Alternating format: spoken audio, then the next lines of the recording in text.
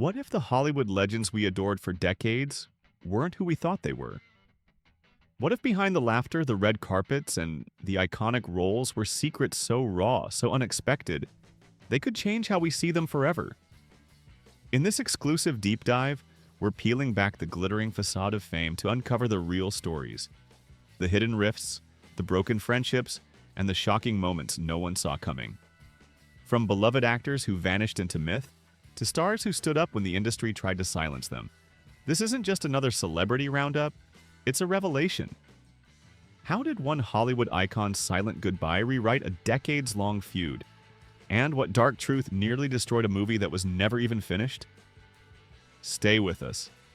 The answers are more emotional, dramatic, and unexpected than you could ever imagine. Bill's life began in Evanston, Illinois on September 21st, 1950, a noisy household of 10 siblings where his Irish Catholic parents expected obedience and faith.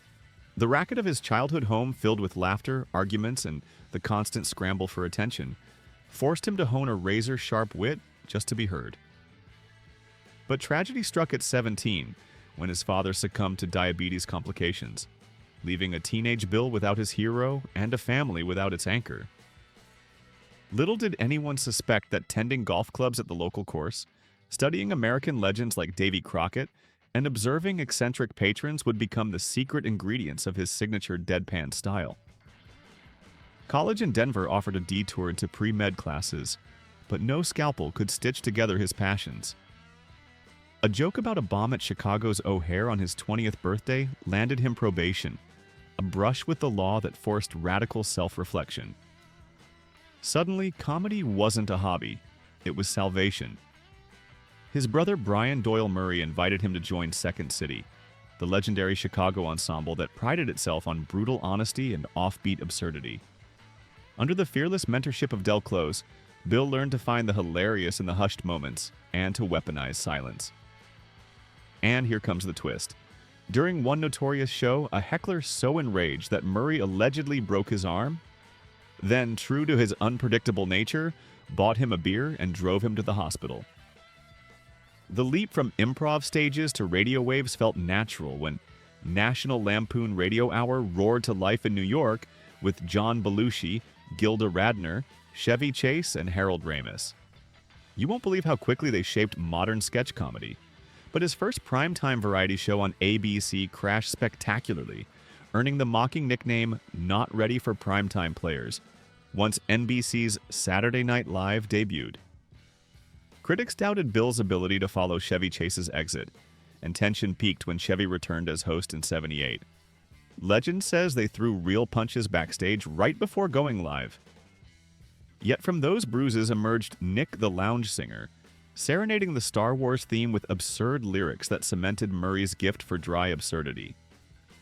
By 1979, a modest Canadian comedy called Meatballs propelled him from TV sets to big screens, setting the stage for a string of early hits. Caddyshack's anarchic golf course, Stripe's military misfits, and the supernatural mayhem of Ghostbusters. Behind the laughs, though, lay a savvy negotiator. He leveraged his Ghostbusters paycheck to greenlight The Razor's Edge, a dramatic passion project that flopped and prompted a self-imposed exile. For years he slipped under the radar, touring Europe, devouring philosophy, and simply living. Then, Scrooged and Ghostbusters II offered a lukewarm return, but box offices and critics just weren't buying what he was selling.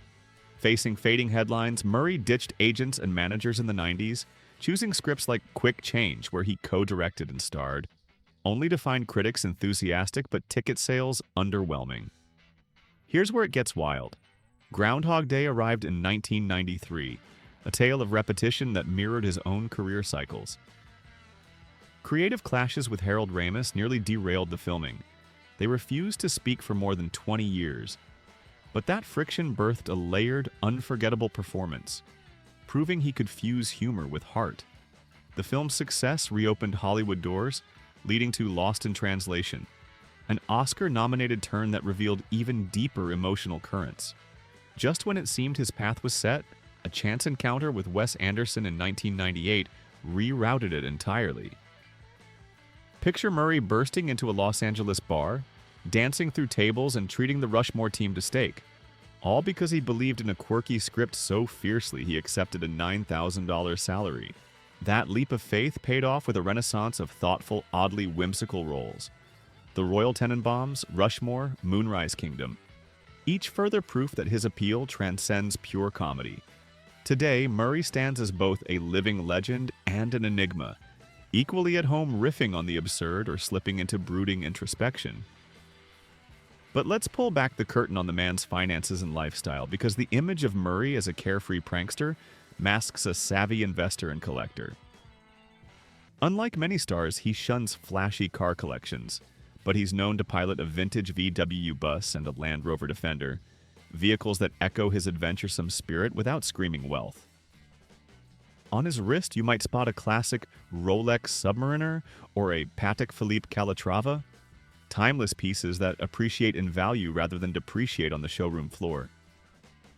Real estate holdings span from a rustic Lake Geneva, Wisconsin cottage to a discreet Los Angeles bungalow and a riverfront Manhattan loft, each insured under comprehensive asset protection policies. And though he rarely boards his own jet, Murray taps charter services for private travel, covering each flight under high-limit aviation liability insurance. Behind the scenes, his business ventures include equity stakes in a boutique Chicago restaurant, partnerships in independent film productions, and occasional creative consultations that net him profit shares rather than flat fees. He's rumored to have invested in a sustainable golf resort, marrying his early caddy days with environmental entrepreneurship. Health coverage comes courtesy of top-tier SAG-AFTRA plans, supplemented by private wellness policies that cover alternative treatments. On the corporate side, Keyman Insurance and errors and omissions policies protect his image and income streams, reflecting a career defined by both risk and reinvention. But Murray's isn't the only Hollywood name tangled in tension.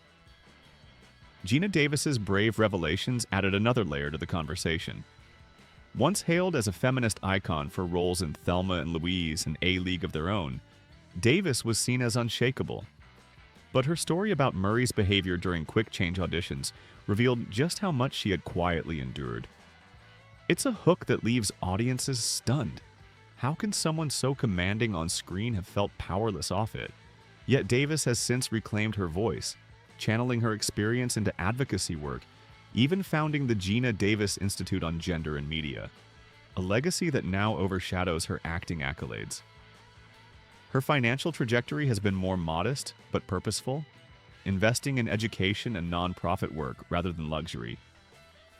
Estimated at $30 million today, her wealth is built more on principle than prestige. Then there's Lucy Liu, a force of grace and fire who took a stand when it mattered most. Her confrontation with Murray on the Charlie's Angels set was more than a dispute. It was a moment that defined her.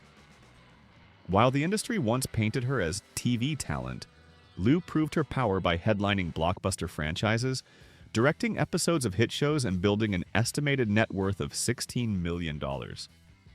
She now balances a successful career with motherhood and art, even selling her abstract paintings for thousands. The contrast between then and now is staggering.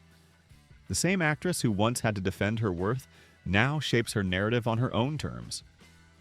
One hook stands tall. Liu's resistance wasn't just a personal victory, it was a shift in Hollywood's tone. Meanwhile, Drew Barrymore, who supported Liu through the storm, has herself evolved from child star to media mogul.